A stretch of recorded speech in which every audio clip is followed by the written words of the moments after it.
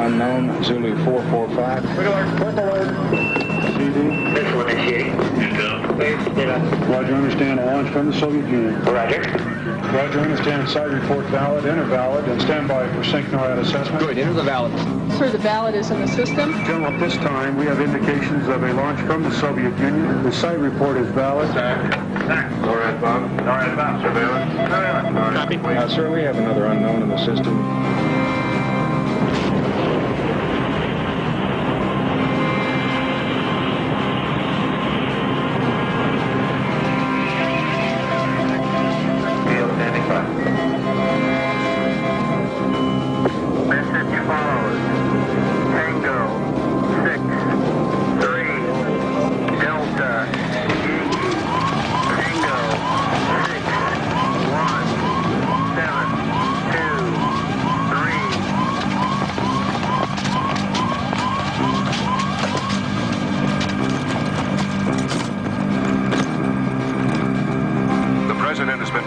National security advisor since early this morning. There's still no word yet on what, if any, retaliatory action might be taken against the Soviet Union. Throughout the day, this situation is unfolding very rapidly. Indicate there has been a dramatic shakeup among the top Soviet military leaders. That there has been a nuclear explosion in West Germany, and the Russians have just lost all satellite communication with Europe. This is Daniel Shaw at the White House. The sirens have just gone off all over Washington, as you can probably hear. There is every indication that something has gone terribly wrong. There is a tremendous amount of activity going on at the White House, but I'm unable to convey to you any of what's going on. Nobody...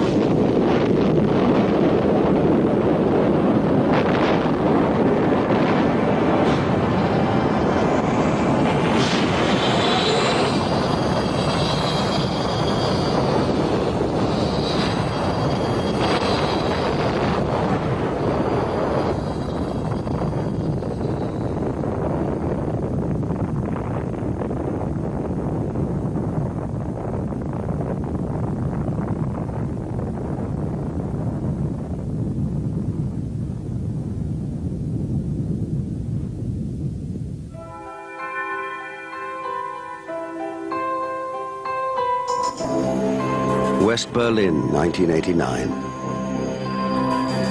A half city of over 2 million people and an outpost of the West situated 100 miles behind the Iron Curtain.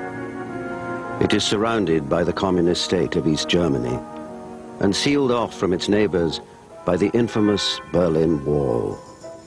Here, in the heart of a divided Europe, will unfold the events that ignite the Third World War. Behind the facade of its status as a military superpower, the Soviet Empire faces a deep political and economic crisis. Within the Kremlin, a fierce debate rages between those who dream of turning back the clock and those like Mikhail Gorbachev who are responding to the winds of change.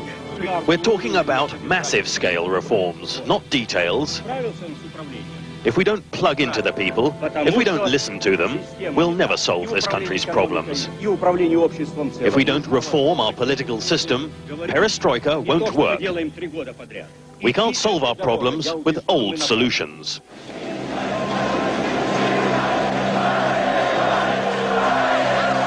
Meanwhile, in East Germany, discontent with the hardline communist regime of Erich Honecker is growing more vocal.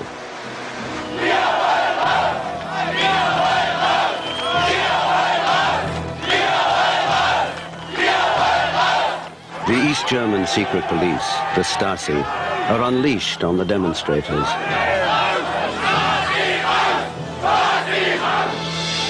In September, thousands of East Germans, fed up with life under communism, stormed the West German embassy in Prague, seeking asylum. Before the exodus is halted, over 20,000 East Germans make their way to the West.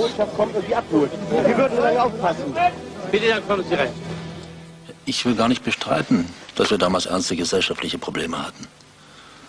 Nur als wir gerade dabei waren, Lösungen zu erarbeiten, da kam der Genosse Gorbatschow daher, zum 40. Jahrestag der DDR. Der Zeitpunkt war natürlich denkbar ungünstig. Es war doch ganz offensichtlich, dass er vor allem diese Unruhen angeheizt hat. Seine Anwesenheit macht alles nur noch schlimmer.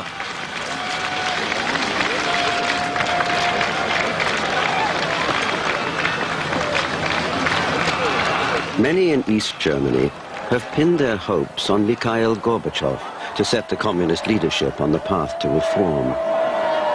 The Soviet Party leader is seen as their last and only hope.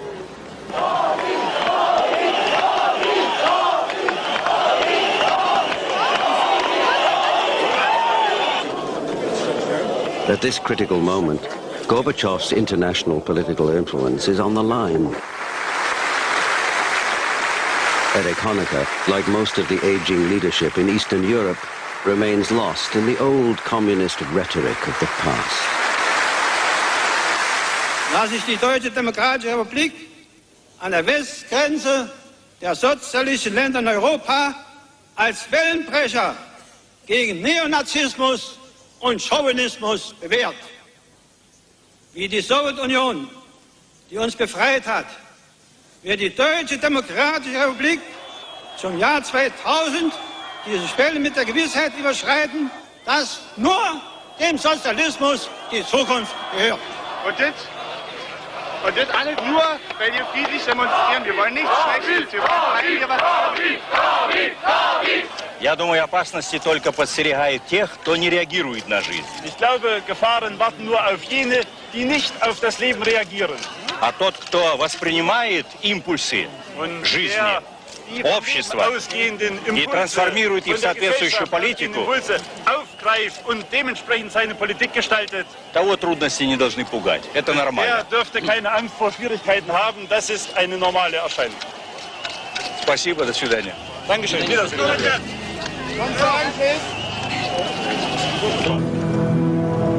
These images of Gorbachev's departure from East Berlin are the last the world will ever see of him. His ultimate personal fate is not known.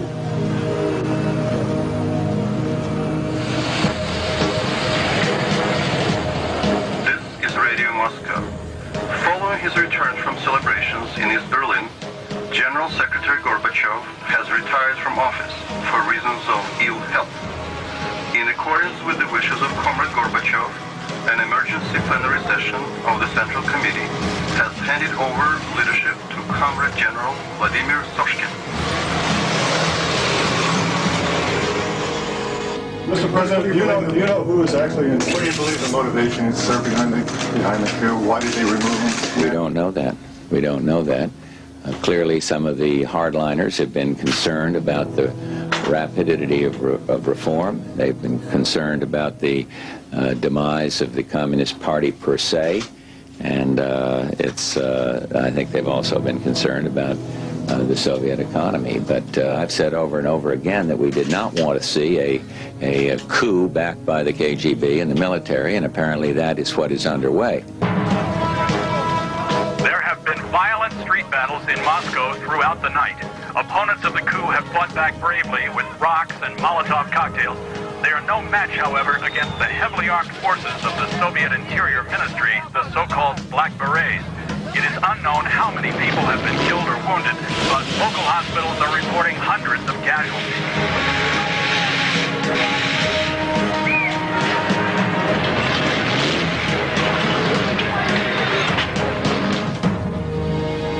By dawn, the Soviet army has seized control of the city. All opposition is driven underground. The fate of the Soviet Empire is now in the hands of one man, General Vladimir Ilyanovich Soshkin. In Bonn, West German Chancellor Helmut Kohl reflects the feelings of many in a direct appeal to the new Soviet leader. Wir erwarten, und ich will das persönlich sehr unterstreichen, dass die persönliche Unversehrtheit Michail Gorbatschovs garantiert wird. Видите ли, для нас это была не просто политическая проблема. Это был вопрос выживания нации.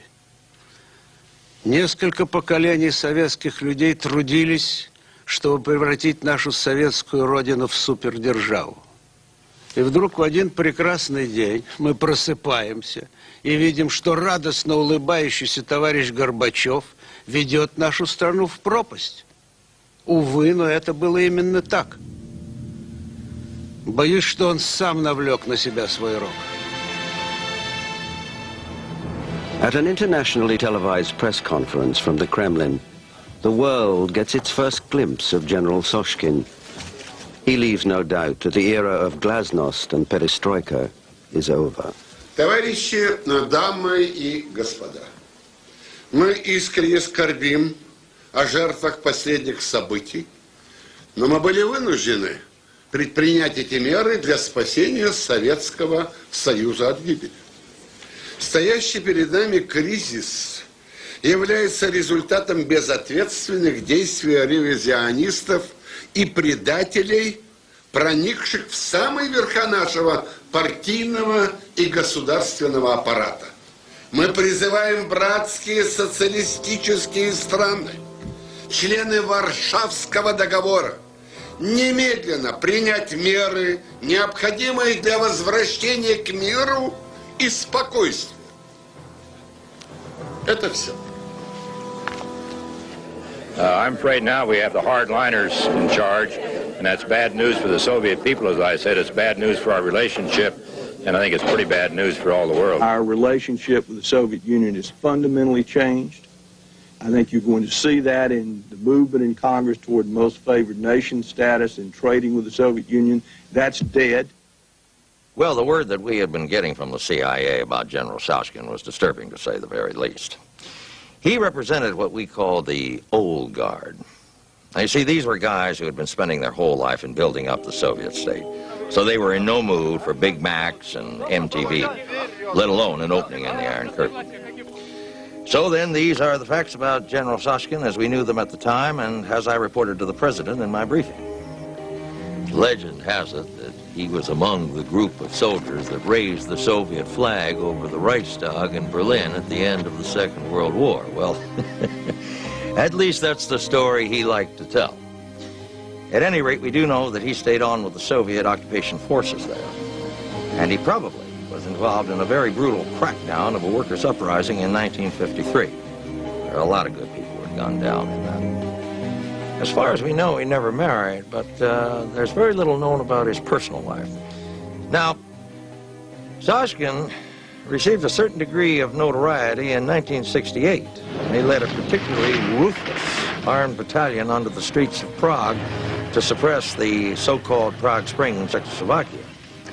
Now, by this time, this type of work has sort of become his specialty, you might say. At any rate, he got his picture right on the front of Life magazine. Well, as you can see, it's not a very flattering portrait. Sometime around, 1982, he was appointed to the Politburo and assigned to the Interior Ministry, where he seemed to have absorbed a lot of nutty ideas that were circulating around there, including one enormous bit of crap that there was some master plan that was being engineered by the British and the Americans to destroy the USSR. I mean, Jesus. My impression was, here is a guy with his finger right there on the nuclear button who was, well, shall we say, not exactly playing with a full deck. Well, the president was sitting there and just growing a little bit more agitated and more agitated as I was giving him his briefing. Well, I suppose nobody likes to hear bad news.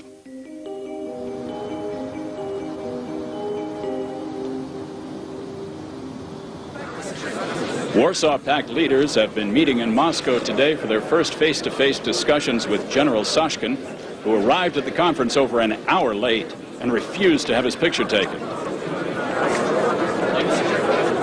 Among other things, we are told there has been heated debate concerning the success of the Chinese military crackdown in Tiananmen Square last summer. East German leader Erich Honecker, in particular, is reported to have expressed enthusiasm for a Chinese solution to the problems in Eastern Europe. On orders from the Kremlin, a crackdown is carried out in cities all across Eastern Europe.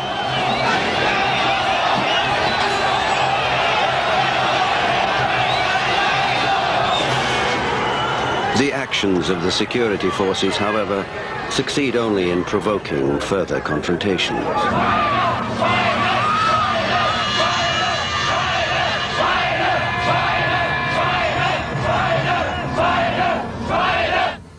heute aus dem Rückblick, da kann ich nur sagen, hätten wir doch eine andere Lösung gefunden. Aber den Sozialismus zu verteidigen war unser Auftrag. Wir waren ja schließlich vereidigt. Viele unserer Kameraden hatten leider nicht den Nerven für den unappetitlichen Teil dieses Auftrages. Aber wenn der Westen nicht so viel Druck ausgeübt hätte, wären wir mit dem Problem schon selbst fertig geworden. Die Menschen in der DDR haben ein Recht auf freie Meinungsäußerung, auf eine freie Presse, auf freie Bildung von Gewerkschaften, auf freie Gründung von unabhängigen Parteien, auf freie, gleiche und geheime Wahlen. In East Germany, thousands of so-called subversives are rounded up and jailed. Others simply disappear. Among them, several of the more moderate members of the top leadership. Egon Krenz, once thought to be the most likely successor to Erich Honecker, is said to be in Moscow undergoing surgery. Hans Modrau, the local party chief of Dresden, is appointed ambassador to Mongolia. And Politburo member Gunter Schabowski, who openly expressed sympathy for Gorbachev, is, according to rumors, tried for treason and shot. West German Chancellor Helmut Kohl has arrived in Washington this evening for talks with President Bush. He's expected to ask for increased American military support in the event of a further escalation of the crisis in East Germany. Not trying to elevate any chance of military confrontation. Nobody wants that, and I hope that that's true of the Soviet Union. This isn't the time to threaten militarily or to move forces around just to show machoism. That's not what's called for here. What's called for is diplomacy. What's called for is commitment to principle, backing those people who are committed to reform. Now for the Chancellor, who's got one for Chancellor Kohl? Mr. Chancellor, what steps has your government taken to persuade General Sashkin not to intervene? Den Verantwortlichen klarzumachen, dass eine weitere Eskalation der Gewalt, insbesondere der Einsatz der Truppen und Streitkräfte der Zentralarmee, katastrofale Folgen haben muss. Если соседский дом загорелся, то наш долг помочь потушить его. Если мы этого не сделаем, то пожар может распространиться и перекинуться на наш собственный дом. В этом нет ничего подозрительного. Элементарная логика. В определенный момент надо прекращать всякие разговоры и принимать меры. I was summoned to the White House at around 9 o'clock on November 14th. The Soviet ambassador had an urgent message from Sashkin that he was told to personally deliver to the president. He began by stating that the Soviet army was at that very moment moving to restore order in East Germany. And then he said that this was being done at the invitation of the East German government, that it was an internal matter and of no concern to the West. Grekov then added, and this is something that I will never forget, that the Soviet Union would guarantee our free access to West Berlin. Well, you see, the not-so-subtle implication of this was that our continued free access to West Berlin was now a courtesy of the Soviet Union, and no longer our God-given right. I remember Jim Baker leaning over to me and saying, "Martin, this is going to be one damn cold winter." The so-called Chinese solution is finally carried out. Frightened and inexperienced, the Soviet troops who are ordered onto the streets resort to a level of brutality that shocks even their own commanders. This amateur videotape of the killings is smuggled out and broadcast to millions around the world.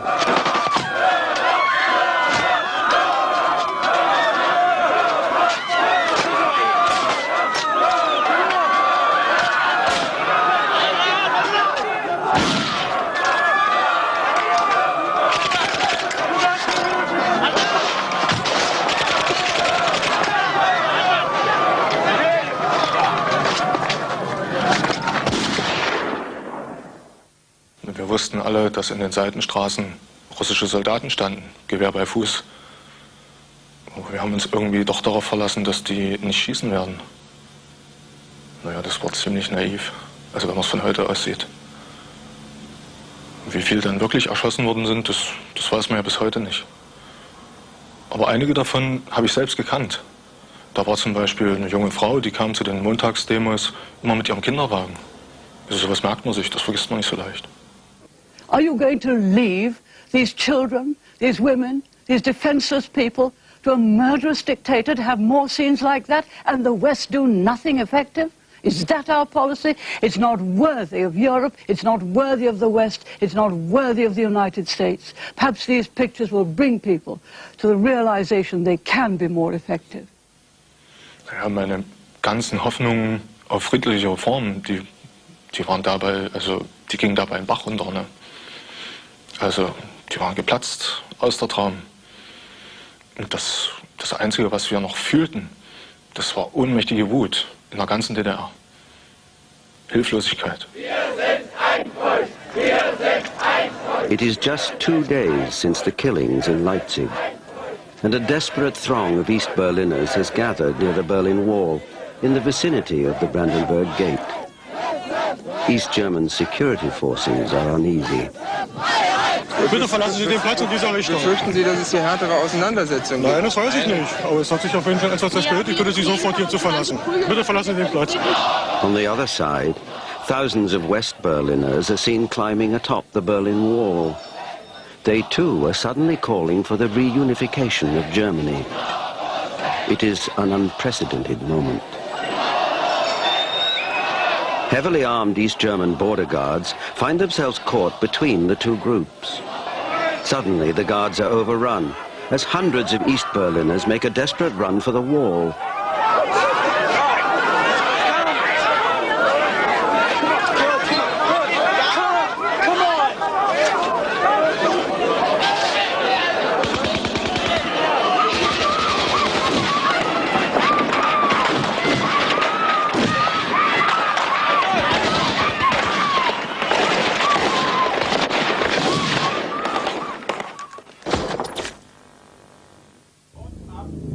We've just received a report that at least 23 people have been killed tonight at the Berlin Wall by East German border guards firing into the west. The shootings occurred during a massive demonstration near the Brandenburg Gate involving people from both East and West Berlin. Among the dead is a West German cameraman, Matthias Hedeker, who was shot in the east filming the event. There's no doubt that this unprecedented breach of international law is going to have enormous political and military repercussions in the days and weeks ahead.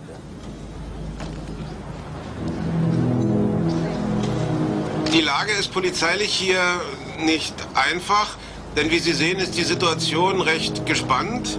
Wir müssen jetzt auf jeden Fall alles tun, damit sowas wie letzte Nacht nicht nochmal passiert. Also eine Eskalation und die unkalkulierbaren Folgen, die müssen wir abwenden. With our ambulance, we were the first at the Brandenburg Gate. The shooting across the wall must have been completely indiscriminate. I saw face injuries, abdominal wounds. I still see a young man who tried to ligature his girlfriend's bleeding leg. Also, he had a graze at the shoulder himself. We doctors in West Berlin didn't have any experience with gunshot wounds. Among those who make it over the wall are several East German army soldiers. These two, seated here in a West Berlin apartment, are the only ones willing to speak openly to the media. I was not going wait for orders to open fire on our own people, like our border guards did. I'm not a murderer. I'm a soldier in the army, in the National People Army. Last night I saw an opportunity to get away and took it, along with everybody else. That's all. The Russians, they say they're shooting at imperialists only, at counter-revolutionaries. Yeah, that's bullshit. Hoping to end the negative effect that Western news reports are having on world opinion, the East German government cuts off all communications with the West. Foreign journalists are ordered out of the country. Guten Tag, meine Herren. Ich mache Sie darauf aufmerksam, dass Ihre Akkreditierung abgelaufen ist. Sollten Sie irgendwelche Probleme haben, wenden Sie sich an das Ministerium für Auswärtige Angelegenheiten. Ich fordere Sie auf, Ihre Tätigkeit sofort hier einzustellen und mit Ihren Kfz davonzufahren. Haben Sie das verstanden? We were all sickened with what was going on in the East. And we couldn't just turn our heads the other way as we had done years ago with Czechoslovakia and Hungary. Seeing these horrors on television night after night gave us a renewed sense of what it meant to be German. At the same time, it was understood, of course, there was very little we could do without our allies. In Paris, French President Mitterrand expresses the grave concerns of Germany's neighbors. J'avais dit, je ne crains pas l'unification qui me paraît légitime. Mais il y a des obligations internationales de toutes sortes auxquelles il faut souscrire si l'on ne veut pas compliquer la situation et créer des tensions inutiles et dangereuses. Ben, je sympathise avec les Allemands.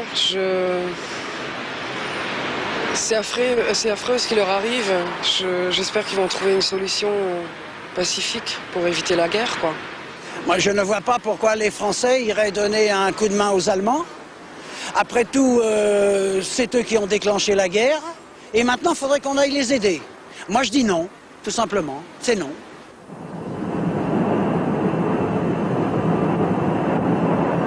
In response to threats from political extremists in West Berlin, vowing to avenge the killings in the East, the Western Allies agreed to beef up security. Over 2,000 Allied troops are airlifted from bases in West Germany to reinforce the 12,000-man Berlin Brigade.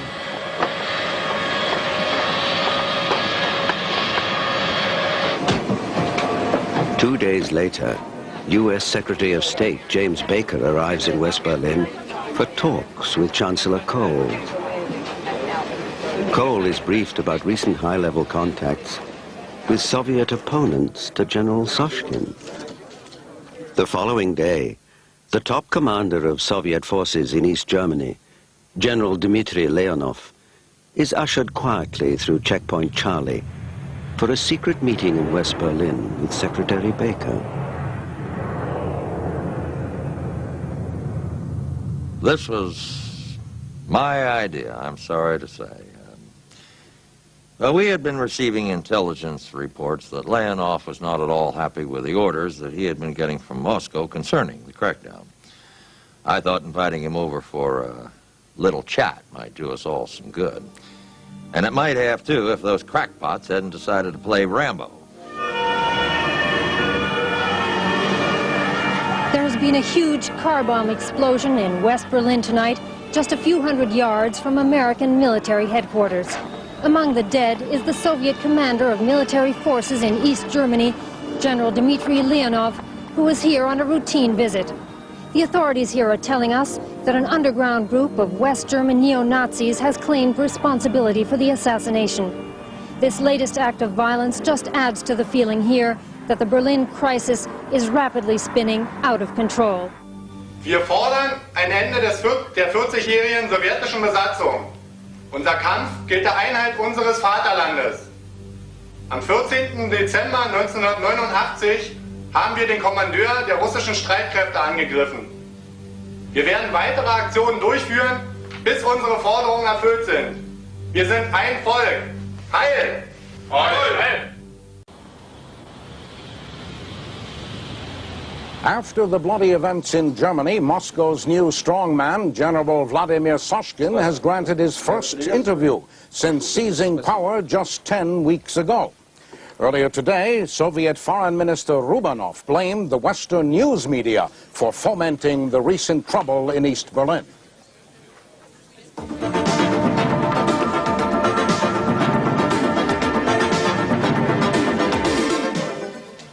Хорошо, господин генерал.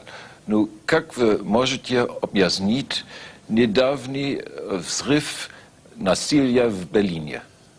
Давайте говорить откровенно, господин Загер.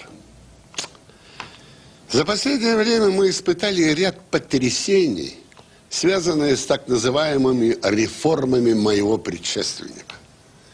Данные потрясения были использованы разведслужбой, прессой для дискредитации социализма.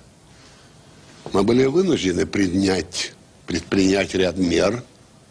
Вот и все.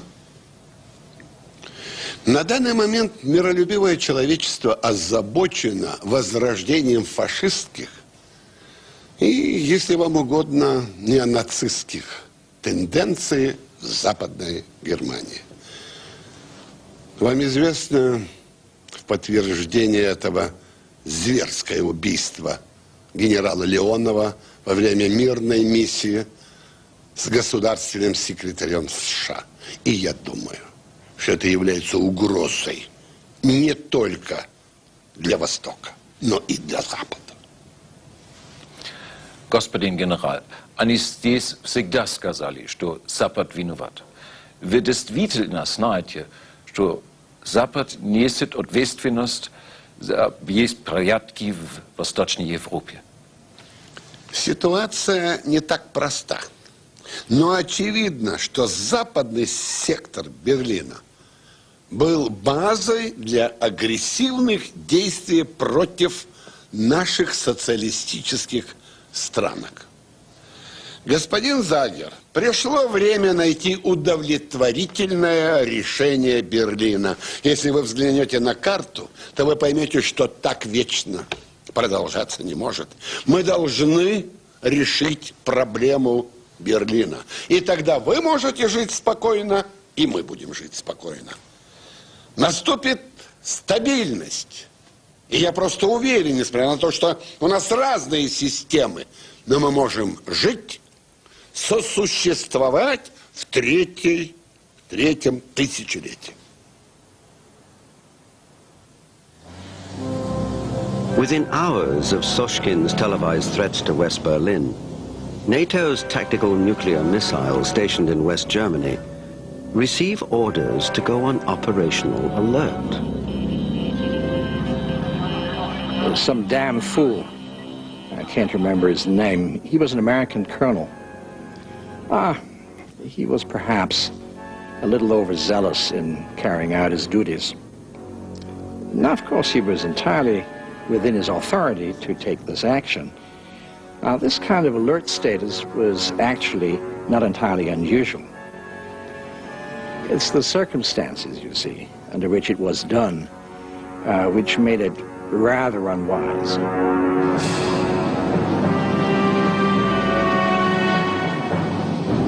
The Soviet reaction is alarming. 48 submarines are ordered to leave their bases in the Kola Peninsula and move out onto patrol in the North Atlantic. It is the largest submarine operation since World War II. Я не удивился тому, что как только мы предложили американцам компромисс, они сразу же стали играть в ковбоев. Прекрасно. Но мы не собирались играть роль индейцев. Reports of these maneuvers, as they are tracked and monitored by the British Navy, raise deep concern in the capitals of Western Europe. Classified rocks up. Type 23 Soviet nuclear. Intent prosecuting. Track 2512. This is Lima 2 Bravo. Roger. Out.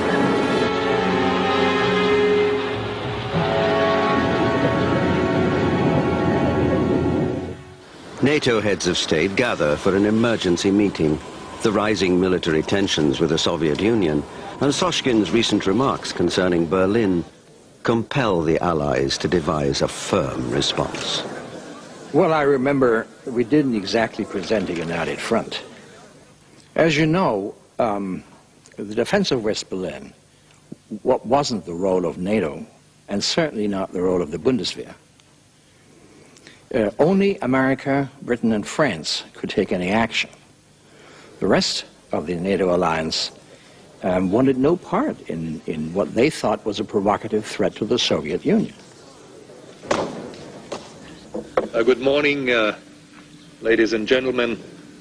It is once again a great honor for me to welcome heads of state and government to NATO headquarters. This, of course, is our first time in NATO's long history that two such meetings have been held within a single 12-month period. Let us just say that it wasn't our finest hour, in spite of the public statements about how united we all were. Ladies and gentlemen, the President of the United States. I would be glad to take some questions. Mr. President, do you believe that Soshkin may be preparing to take some form of military action against NATO territory? I can't predict what he's going to do, but I can tell you that we are continuing to implement our forces, and we are continuing to prepare for any eventuality.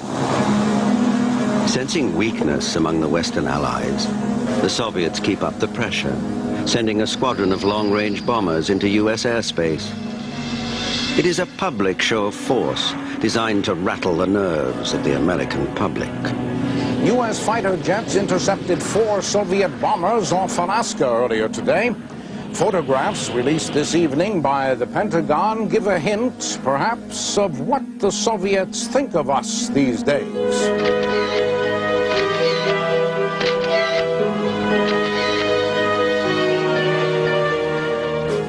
On January the 15th, Western leaders reluctantly give the order to begin a massive airlifting of Allied forces into West Germany. 5,000 troops arrive every day. Despite the extraordinary size of the deployment, official announcements call it a strictly defensive move. Meanwhile, in West Berlin, the reinforced Berlin Brigade is fully mobilized and put onto the highest state of alert. 40 years of peace and stability in a divided Europe is beginning to fall apart. Fearful and uncertain of the West's political and military intentions, Soshkin chooses to seize the initiative.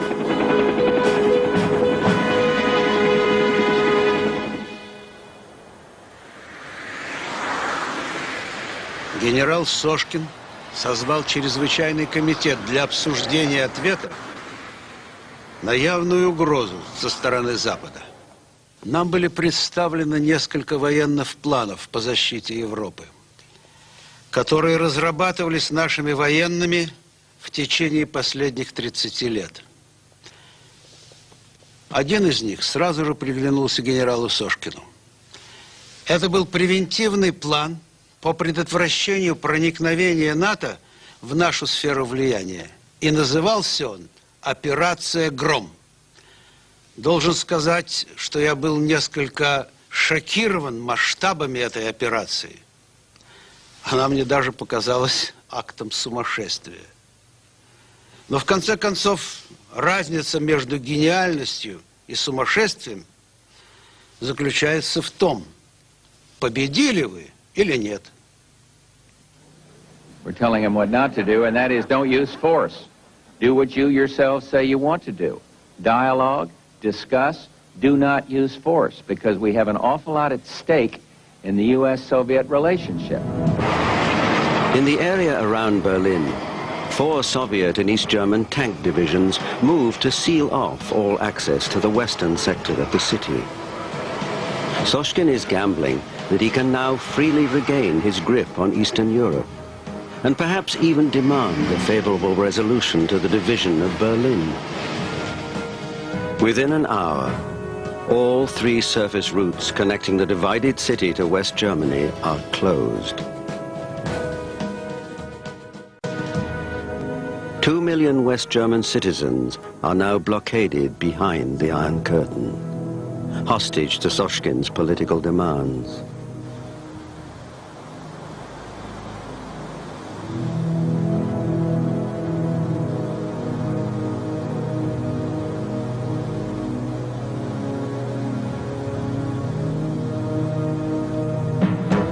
In the sky, the Soviet Air Force vows to shoot down any aircraft that dares to enter East German airspace. NATO can do little more than patrol the border and monitor the situation. We have multiple stranger traffic. Vector 020, target 020, tracking south. Possible track bearing 124, 114 nautical miles.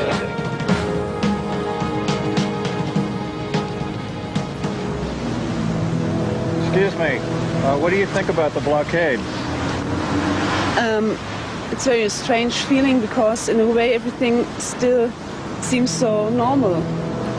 But I guess everybody hopes it will blow over in a few days. I'm not a big fan of the Americans, so I hate to say this. I think the United States is probably our only hope we have at the moment. Of course our hearts go out to the hostages and to their families, but our policy cannot change, and it will not change. America and the world will not be blackmailed by this ruthless policy.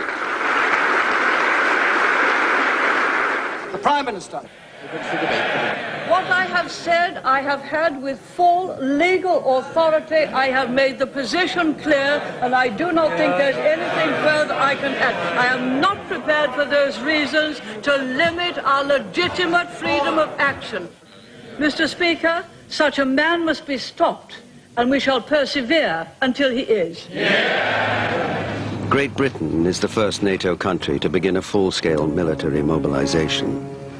Troops and equipment are rapidly deployed to bases in West Germany. Over 300,000 reservists are ordered to report for duty. Draft 2815, it's going to Germany. That's at 2 o'clock tomorrow. Casual, 243348, Why don't they get round a table, come up with an agreement and sort it out? It's not fair. People have got their fingers pressed on that button. You know that, don't you? So get it sorted. My boy is over there, and I mean, my boy means the world to me. He's defending West Germany when they should be here back in Britain looking after us. I think what Thatcher's doing is crazy. I mean, it was one thing going up against the Argentines in the Falklands, but against the Soviets it's a different matter entirely. Throughout Great Britain, frightening civil defense preparations are put into effect. A nuclear explosion produces intense heat. This can get through unprotected windows and set fire to things in your home.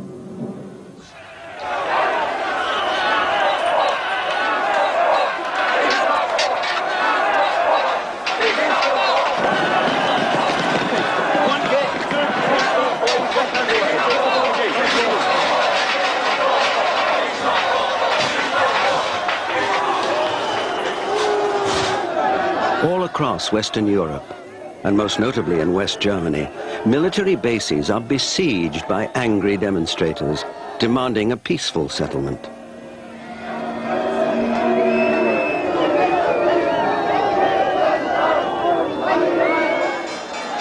On Wall Street, the New York Stock Exchange echoes the public mood, suffering its worst one-day loss ever. I think Soskin should try marching into Times Square.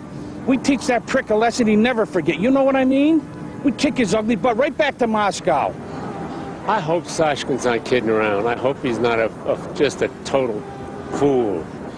Because Bush, perfect emperor, is doing what you're supposed to do. I think. I don't think he's playing a chess game. I think he's playing, I don't know, the negotiation the hard way, you know. On the eastern seaboard of the United States, a convoy of over 100 ships stocked with military supplies for Europe is made ready to cross the Atlantic. Nearby, a huge naval escort assembles to provide security. Their purpose is to fully supply NATO's forces in Europe, which remain hopelessly outnumbered by the armies of the Warsaw Pact. As the American convoy moves out to sea, Soviet Foreign Minister Yuri Rubanov holds a dramatic televised press conference in the Kremlin. Советский Союз был вынужден принять следующие меры по обеспечению мира и безопасности в Европе. В данный момент наш флот в Северной Атлантике подготавливает зону запрета показанную вот на этой карте. За пределами этой зоны мы будем действовать в интересах нашей национальной безопасности. Любая попытка игнорировать эту меру будет расценена как враждебный акт, и наши вооруженные силы примут соответствующие контрмеры. Я хочу добавить, что советское руководство твердо занимает следующую позицию. Все конфликты в Центральной Европе должны решаться за столом переговоров, а не на поле брани. The American convoy, joined by an assortment of British anti-submarine warships, closes in on the Soviet exclusion zone. Last-ditch diplomatic efforts between the White House and the Kremlin fail to reach a compromise.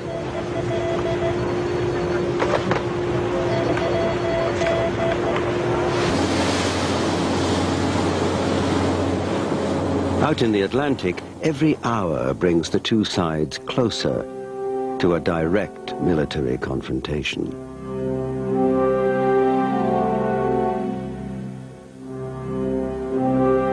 We were left with only two alternatives at this point. Turning back the convoy would have meant abandoning the principles of the NATO alliance and leaving Europe to the mercy of the likes of Soshkin. And yet, if we continued on our present course, we ran the risk of starting a goddamn war. So given the circumstances as they appeared at that time, I still believe that the president made the correct decision. We're dealing with Hitler revisited, a totalitarianism and a brutality that is naked and unprecedented in modern times. And that must not stand. We cannot talk about compromise when you have that kind of behavior going on this very minute. At dawn, the Soviet Northern Fleet moves its forces into position. Beneath the ocean, 68 Soviet submarines receive orders from Moscow to attack the convoy.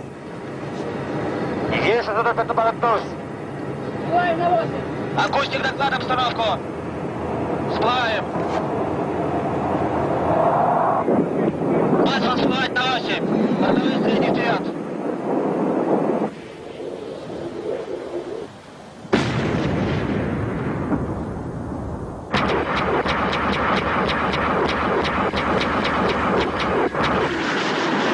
Within hours, nearly a quarter of the convoy is lost to Soviet rocket, torpedo, and land-based air attacks.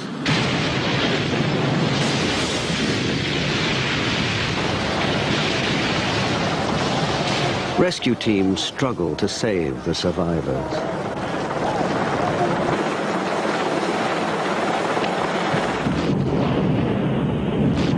American and British warships counterattack with strikes against Soviet land-based backfire bombers, submarines, and the Soviet Northern Fleet. Aboard the 3 American aircraft carriers in the area, 144 fighter jets take to the air.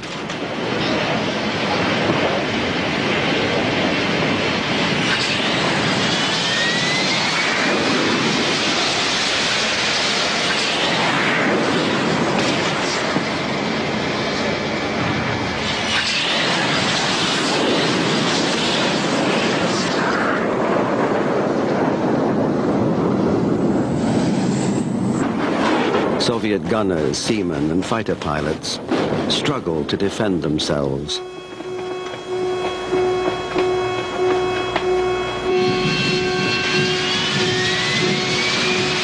But they are quickly overwhelmed.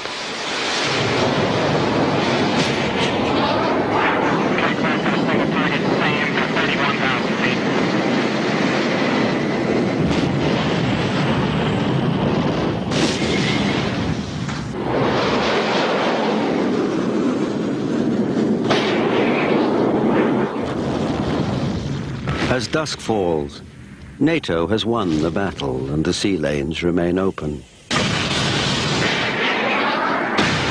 But the Third World War has begun. We are standing in front of the United Nations where a huge crowd of peace demonstrators has gathered. They are burning American flags and even an effigy of President Bush. As the Security Council meets inside an emergency session, the situation out here is absolute pandemonium.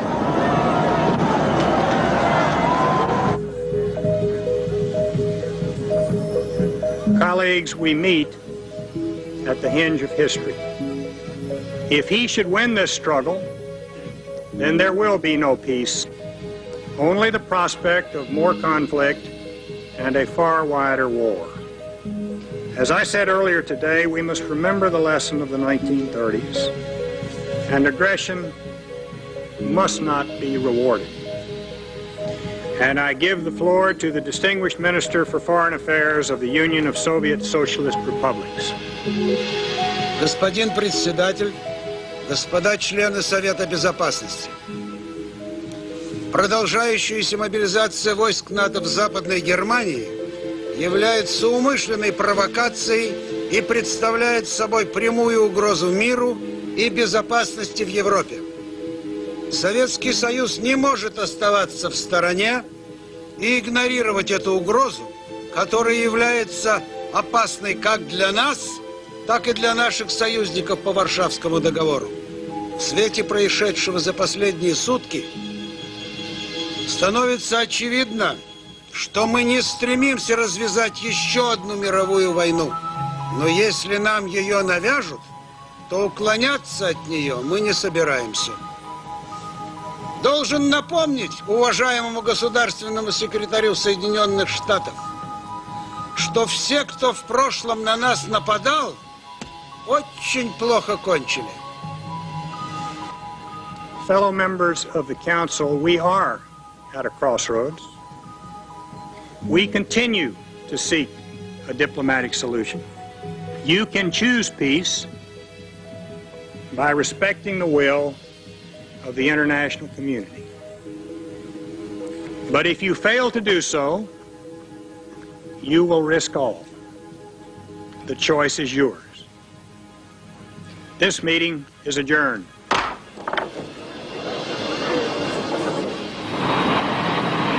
The following days see a vast mobilization of Soviet forces. Special airborne units and military supplies are flown round the clock to East Germany, adding to the 400,000 Soviet troops already stationed there.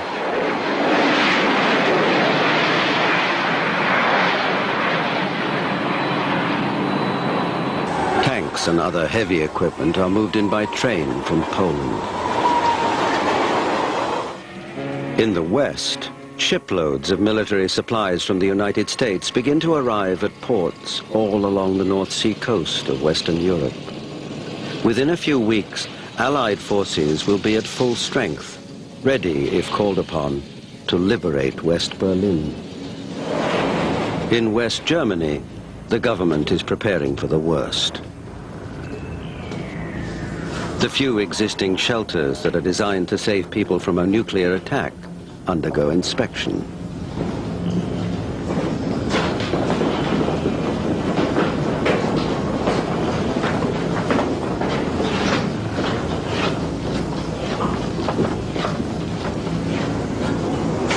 Die momentane Lage ist so, dass wir den Bunker fast einsatzbereit haben, dass der Diesel vorgewärmt wird, die Lüftungsanlage, man hört das schon, sie läuft schon. Ja, die Kollegen gucken jetzt, dass die Zählwerke am Eingang richtig funktionieren, dass sie richtig laufen, wo wir dann sehen können, wie viele Leute wir schon aufgenommen haben dann. Ne? Und wir können ungefähr 1500 Leute hier aufnehmen. Wir haben 500 Betten, die wir hier haben, 1000 Plätze zum Sitzen und im 8-stündigen Wechsel wird hier geschlafen und gesessen dann. Ne? Und wenn das Zählwerk die entsprechende Menge anzeigt, ca. 1500, dann wird automatisch die Tür am Zählwerk geschlossen und auch der Schleusenstand schließt dann die Schleusen, sodass wir dann hier hermetisch abgeriegelt sind, dann, dass hier auch kein Mensch mehr reinkommt. In East Germany, too, the government is preparing its citizens for war. Seit Jahren verteidigt das Kollektiv mit Erfolg die höchste Stufe der Einsatzbereitschaft. Eben deshalb werden wir... Zivilverteidigung, das war doch bloß Propaganda. Ich habe doch selbst bei der ZV mitgemacht. Bunker gab es noch für die Bonzen, schon weil das Baumaterial knapp war. Ja, und dann hatten wir ständig irgendwelche Übungen, sind dann mit Geigerzählern durch die Gegend gerannt und haben Wasserentseuchen geübt, ja, und so weiter. Also ich fand das damals ganz schön makaber, irgendwie. I was asked to go to Moscow to see if we could help sort things out before the you-know-what hit the fan. Basically, we were willing to help the Soviets slowly withdraw from Eastern Europe in an orderly fashion. We were also ready to agree to a very lengthy timetable for the eventual reunification of Germany. I mean, my God, the party was basically over for them in Eastern Europe. All we were doing was trying to make this process as easy as possible for all concerned. So, with this proposal in hand, I was ushered right into the heart of the beast. I went up some sort of back entrance and right into the general's private headquarters, where I finally met face-to-face with the man himself.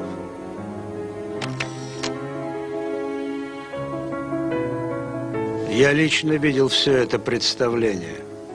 Джейкобс напоминал мне скорее шустрого американского продавца, а не дипломата. Он прекрасно понимал, что его товар нас совсем не интересует.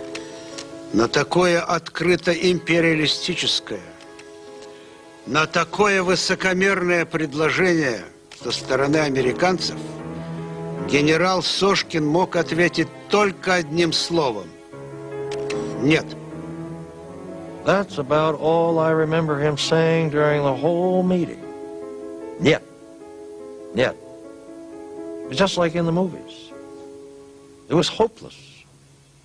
With the crisis in Europe deepening, the West German parliament earlier today officially declared a state of emergency. Military command has been transferred to Chancellor Helmut Kohl. According to emergency laws set up under the West German Federal Constitution, far-reaching authority will be given to the police and the military for the maintenance of public order and security. In the coming days, private vehicles will be restricted from main roads and autobahns. All civilian air traffic, both in and out of West Germany, has been suspended as of 6 o'clock this evening. Now at last the government woke up. In Western Berlin, after 6 weeks of the blockade, there was really nothing more to eat. With the state food reserve running down and water and electricity rationed. And in Western Germany, we thought people were sitting high and dry. But that seemed to be over now, too. At airports across Europe, thousands of passengers desperate to flee the crisis find themselves stranded.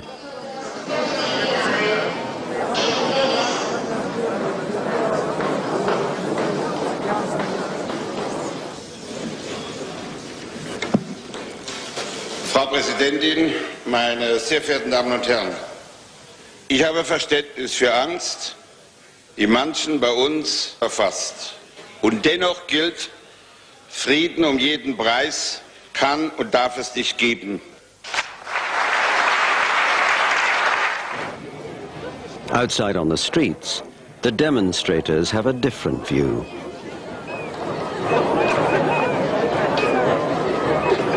In all our war plans, we'd always been a little anxious, to say the least, at the prospect of a battle between two German armies, a war brother against brother.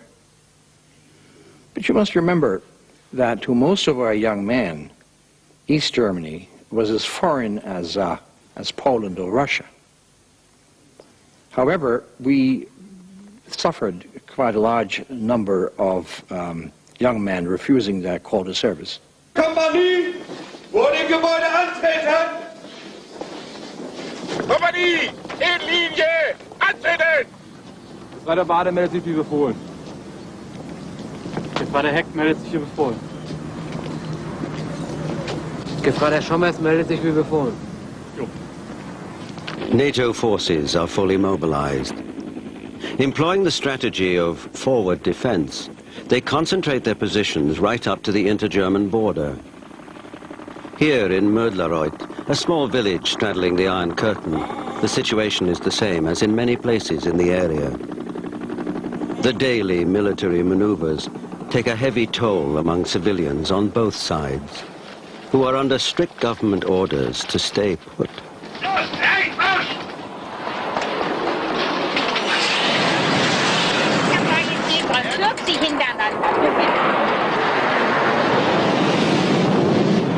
As they watch thousands of battle-ready Allied troops move up to the front, the Kremlin knows that time is running out.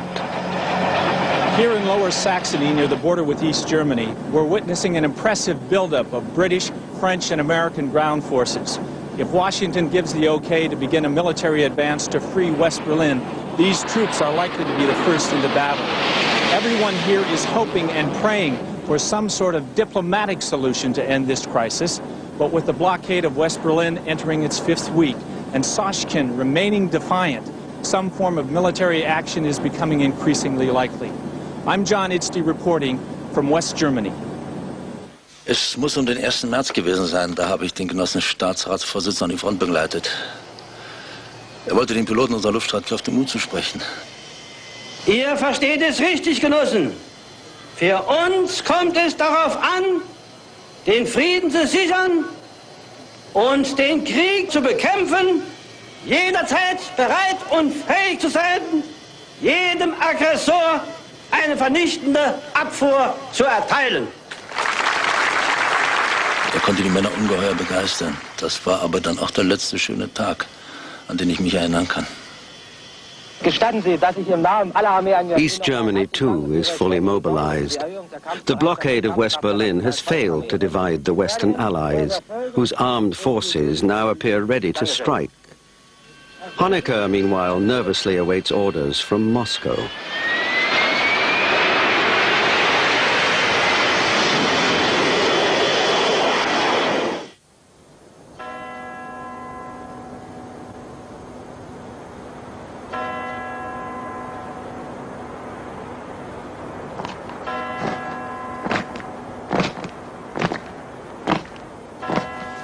Я помню, мы сидели с генералом Сошкиным в его кабинете наедине.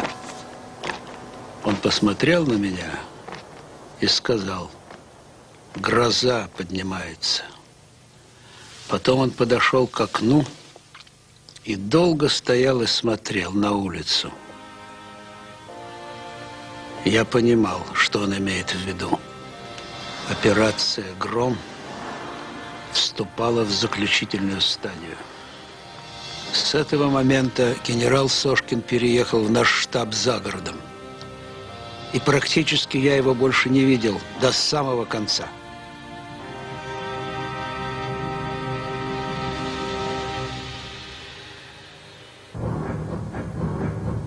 The attack begins where it is least expected. A daylight naval assault along the Baltic coast of West Germany, backed up by heavy Soviet bombing.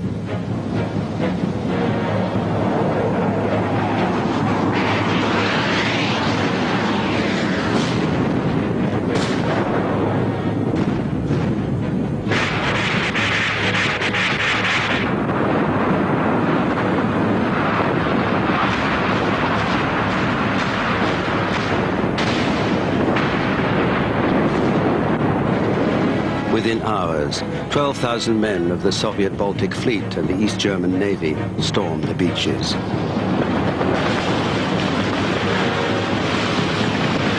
Heavy equipment is moved ashore.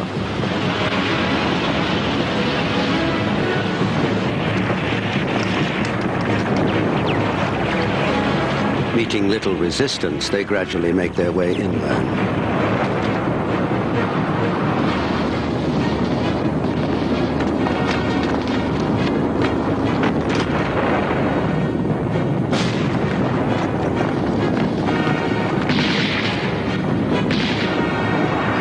NATO throws much of its available forces north to hold the line.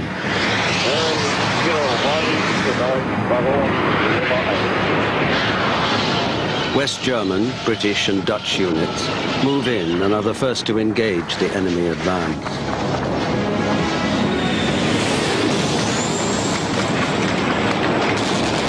Backing them up is the newly arrived 40,000-man 3rd U.S. Corps, moving up rapidly from ports along the North Sea. What are they going to find on the other side of that hill?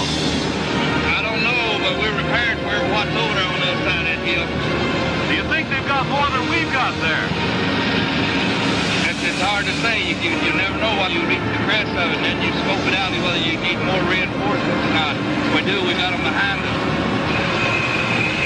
This ain't like Vietnam. It's a hell of a lot bigger than Vietnam. The news from the front is grim.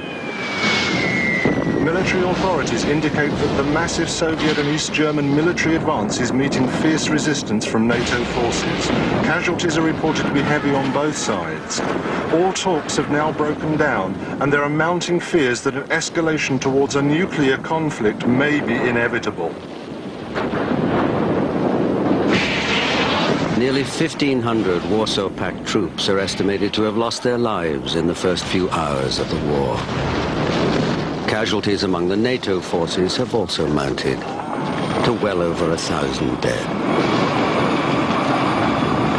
We lost 3/4 of our men out here today. Flight 1-2. See if you can get attack helicopters and artillery support in that area. Over. The area that I'm getting worried about is up on the north here. If they flank us to the north and across the corps boundary and make it, they've outflanked this whole area.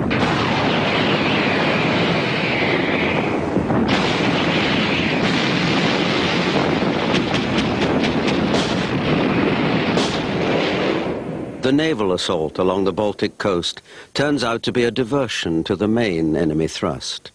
That begins 18 hours later, striking directly through the heart of central Germany.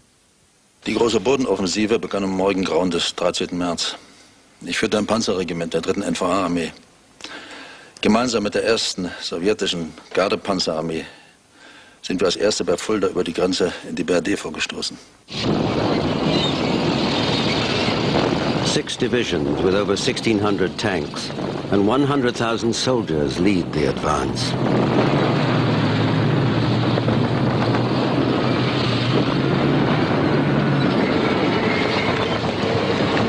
Unser Auftrag war es, mit einem blitzartigen Stoß nach Westen bis zum Rhein zu kommen. Beim Operationsplan sollten die NATO-Kräfte in 2 Teile gespalten und unterwegs alle größeren Luftwaffenstützpunkte vernichtet werden.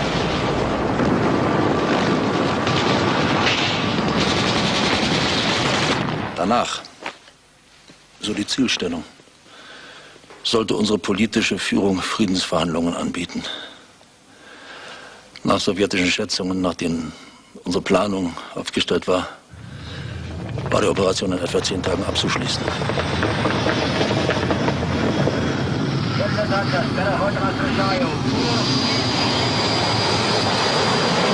The attack is supported by massive Soviet airstrikes.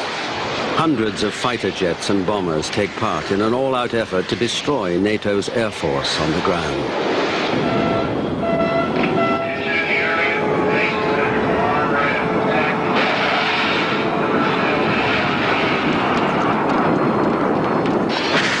Despite years of preparation, the suddenness and magnitude of the Soviet attack overwhelms NATO defenses.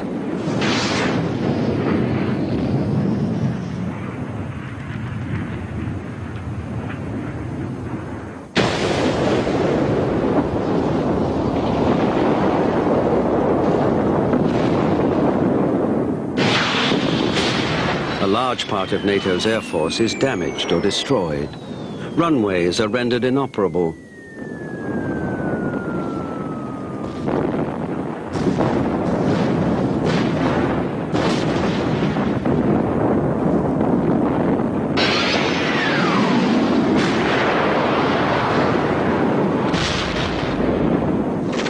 % of the attacking air force is shot down.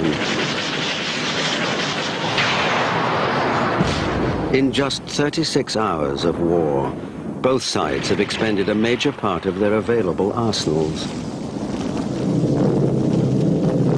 A total of nearly 30,000 military casualties are reported.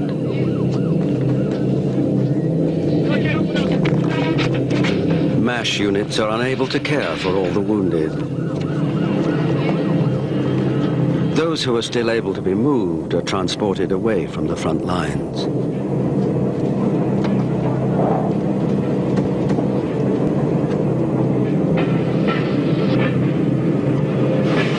Residential areas in the vicinity of NATO military installations are also hit hard.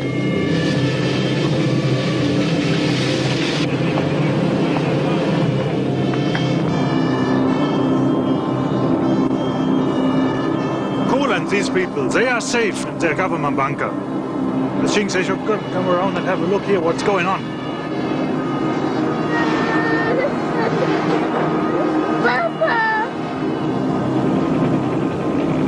Official estimates put the initial number of civilian casualties at over 3,500. West German air defenses do their best to warn of the air raids. But the sirens are of little help, as people soon discover there is only enough shelter space for 3% of the population. Military facilities around Hamburg are under attack tonight. Air defense batteries have been set up all over the city, and the people here are desperately seeking any shelter they can find. The situation near the front line deteriorates into chaos, as frightened civilians and military forces become entangled in the retreat. In the face of the oncoming Soviet advance, orders are given to blow most of the river crossing. We're going to stop it. We have to stop it. This is a critical area. If they seize this terrain right here, then they seize the whole line. The whole line would collapse if they took this particular terrain here.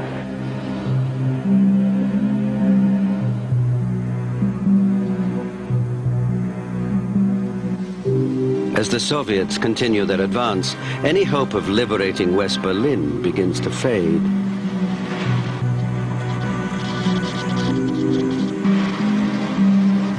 Since early in March, I was assigned to a new auxiliary hospital. People were getting more and more hysterical each day. Soon the Russians will arrive, and then the atom bombs will come. That was a general feeling. Giving out tranquilizers was about all I could do. Throughout West Germany comes the beginnings of social breakdown. 20 million automobiles jam the roads as people violate the emergency laws in an attempt to flee. We have unconfirmed reports that Soviet and East German ground forces have advanced to within just 10 miles of the city. In a public statement released earlier today, the British commander of the Northern Army Group, General Sir George Winthrop, vowed to repel the attack at any cost. When asked if that meant he was prepared to use nuclear weapons, he offered no comment. In the forward areas, town after town is reduced to rubble. I was preparing myself for the worst, I must say. Now, every scenario we had run on this kind of situation always came out the same way. At a certain point, we would be forced to use nuclear weapons or surrender our country to the enemy. This was the unavoidable strategy for our defense. And now I came to the conclusion that we would soon have no other alternative. Our plans for starting such an attack called for approximately 35 nuclear devices in the first salvo. Half of this explosive power was targeted on German soil, I might add. However, our conventional forces were granted another 24 hours before these plans were to become operational. 24 hours to turn the tide of the war. Striking north through the mountains of Czechoslovakia, Allied jets, including several American stealth fighters, attack and destroy the Soviet command and control headquarters at Legnica in southern Poland.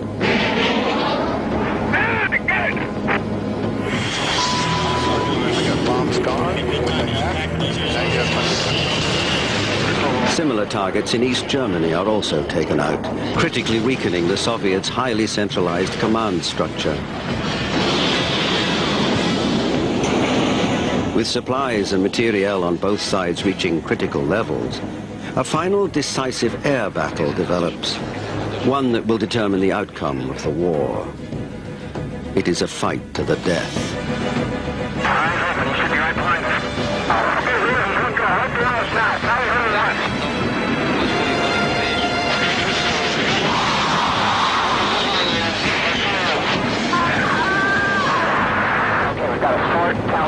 Box 1.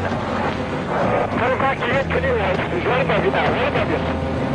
Okay, come on, I'm going to put him on the side of my scope to avoid the box 1 going left.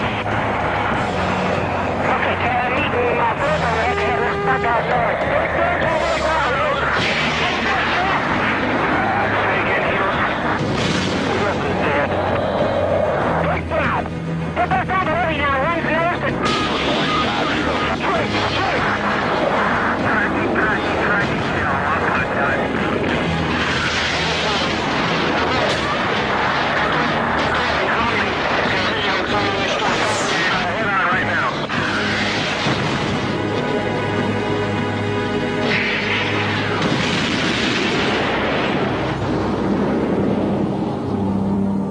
Suffering extraordinary losses, the Soviets lose vital control of the airspace over Eastern Europe.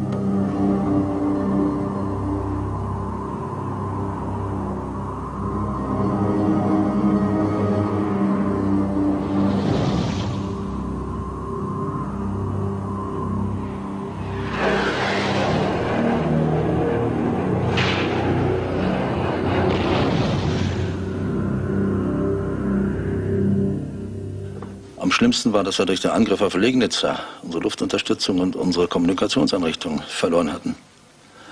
Außerdem waren unsere Nachschublinien unterbrochen durch die Aufständischen in Polen. The advance quickly grinds to a halt.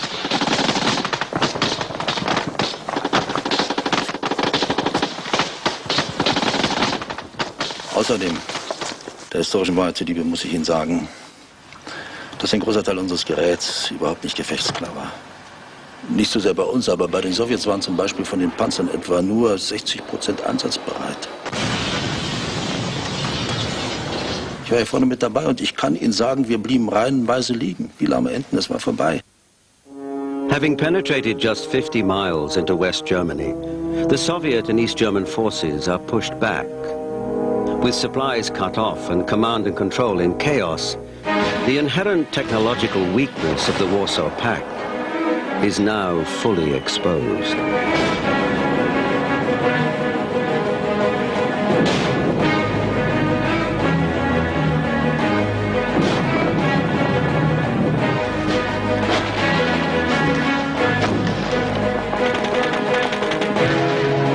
With total air superiority, NATO bombers, ground forces and helicopter gunships operate with impunity against the highly vulnerable Soviet tanks.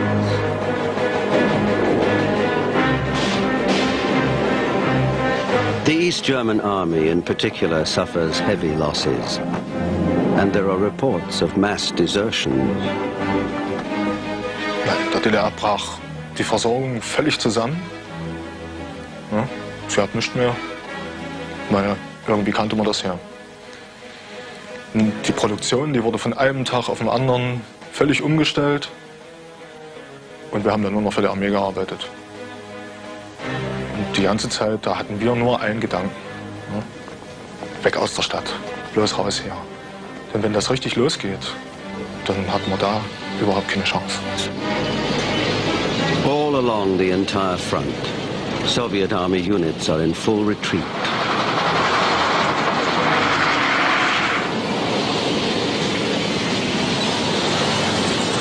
The East Germans are now left to fend for themselves.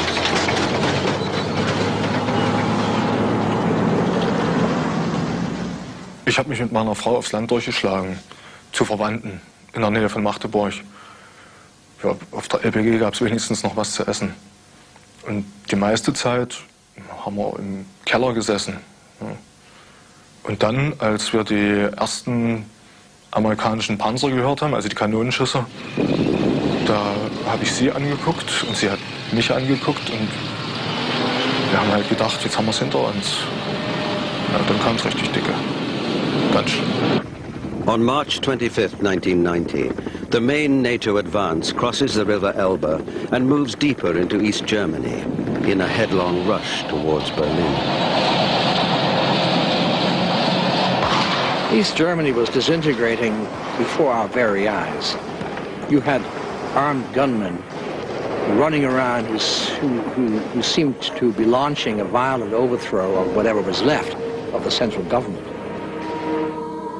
In the midst of all this, we completed the Berlin operation, while the Soviets were retreating back to the Polish border. It was absolute chaos.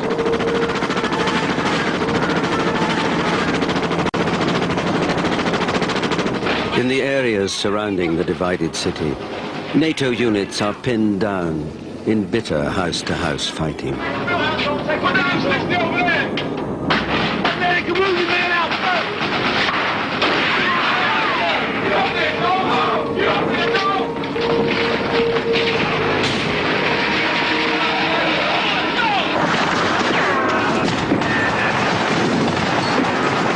In less than 24 hours since crossing the Elbe, NATO forces enter the outskirts of Berlin. As I said earlier, we do not have confirmation of all of these reports. It's a very fast-moving situation, and things are still in a certain degree of flux, but it would appear that events are, at least for now, moving in a positive direction, and we continue to hope that this will end in a clear and positive result. West Berlin is liberated.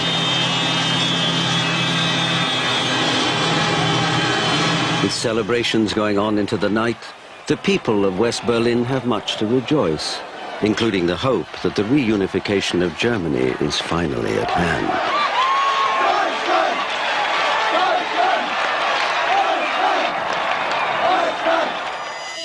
Ja, die letzten Tage waren schlimm.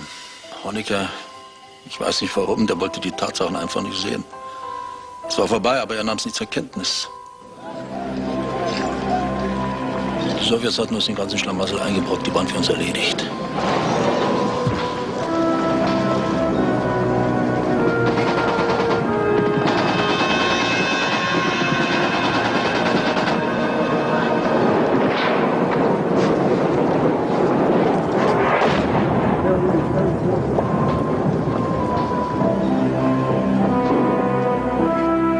Even in the heart of the Soviet Union, opposition to Sochkin's regime has now taken to the streets. From East Germany to Central Asia, the Soviet Empire is imploding in violence and insurrection. As the situation spirals out of control, Sochkin becomes increasingly desperate. There was a consensus of opinion among most of our allies to get the hell out of there as soon as possible. After all, with the liberation of West Berlin, our military objectives had been achieved. Only the West Germans were calling upon us to push all the way to the Polish border to complete the reunification of Germany, to finish the job as they saw it. Only the President felt that it was very important to signal to the Soviets that we had no intention of taking any further offensive action against them.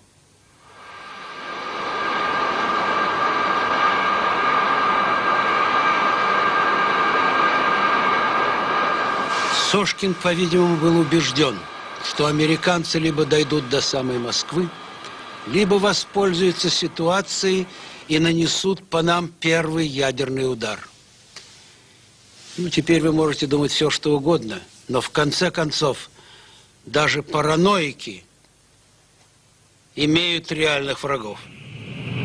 Hoping to terrorize his enemies, Sochkin decides to utilize Russia's nuclear arsenal in a show of force.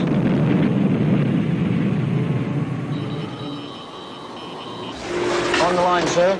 This is the SDO. British alarm level 3. British alarm level 3. The single target of this Soviet weapon is tracked at 170 miles off the east coast of Great Britain, out over the North Sea.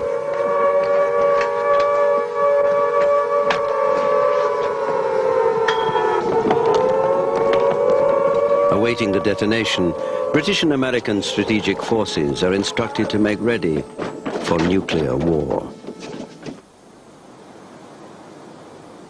Well, it really looks like a real bloody big starting this time. Confidence high, immune system, confidence high. In fact,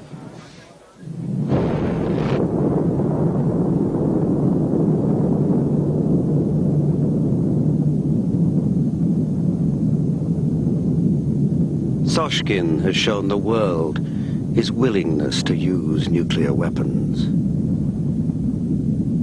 Nobody knows how far he may go.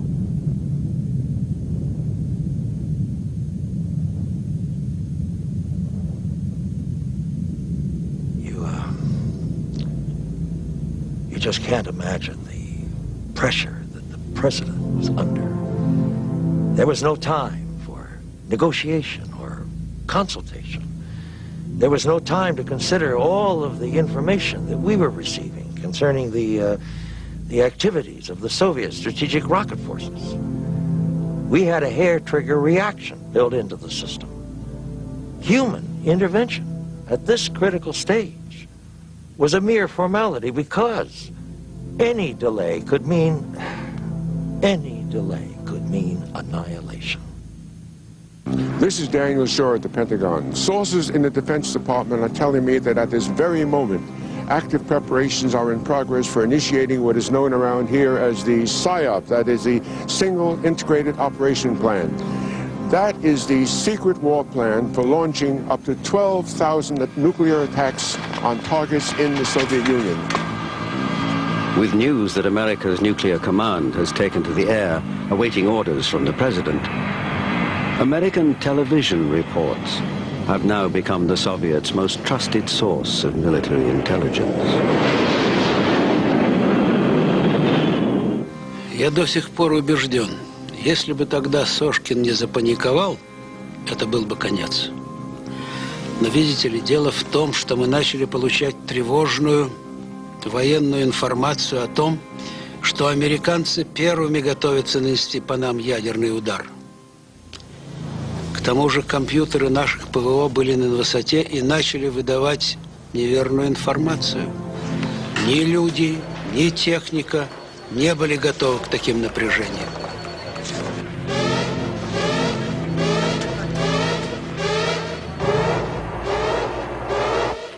The Soviet strategic rocket forces are given orders to launch.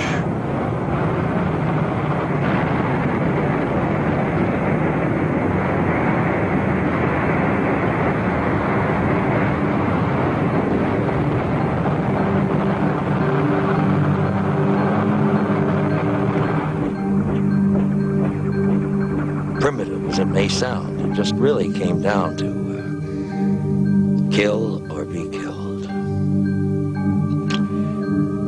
May God have mercy on us all.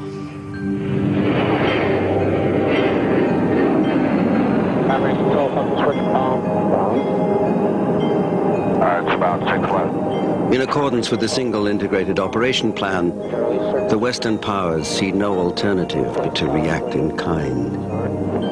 Doors open to 30 TG. Can we up to 30 TG? Doors open. Roger, standing by release. Command by countdown. 060 now. 060. Countdown and counting. 5, 4, 3, 2, 1. This is the captain. Set condition 1SQ for man battle stations missile. Man battle stations missile. 1. No port away.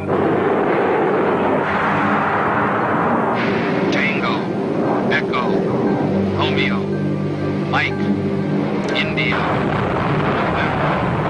Alpha, Tango, Echo, Romeo, Mike, India. The two superpowers have a combined total of over 25,000 nuclear weapons at their disposal.